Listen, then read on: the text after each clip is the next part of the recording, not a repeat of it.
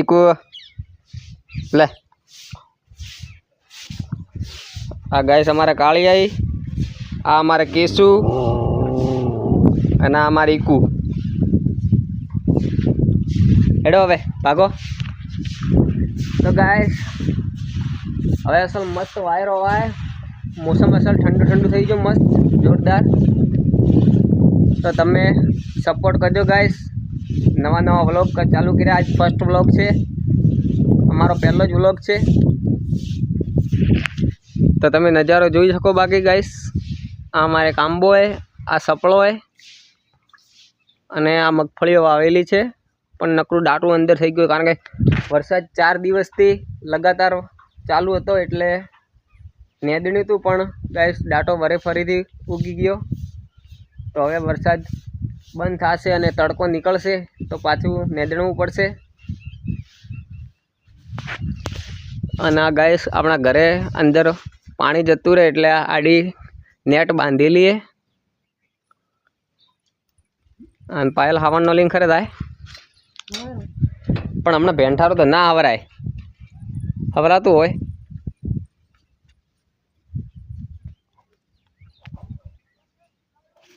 હું હવરાય બાળા ચૂકું કોઈ હવરાતું નહીં. ગાઈસ તમે જ કહેતો કે હવરાય વરસાદનું.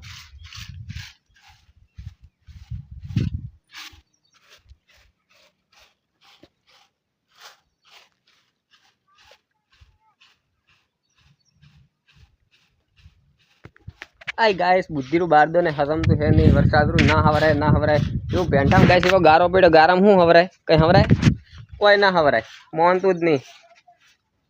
એનું ઘેડ ઘેડ કરે, કોઈનું મોનતી નહીં, ખાલી ખોટી પલડે. ગાઈસ અમારે જો પાણી ભરાઈ જોઈએ.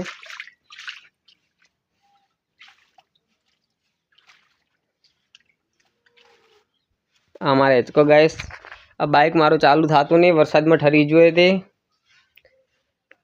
પણ બીજું તો ગાઈસ હવે શું, ઘરે બેઠા બેઠા શું કરે? કંઈ નહીં, વરસાદનું કંઈ કામ જ નથી. આખો દાડી નવરા. હા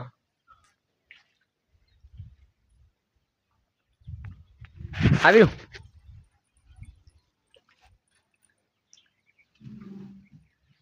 તો પોણી તો હવે ઘાટો પોઠાતી, પણ હમણાં તો ઘાટું બહુ થોડું હુકાત.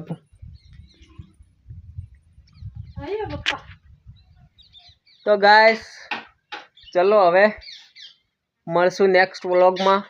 તો સબસ્ક્રાઈબ કરજો ને લાઈક ઠોકજો ને ક્યાંથી વિડીયો જોવો છો એ ગામનું નામ કોમેન્ટમાં જરૂરથી લખજો.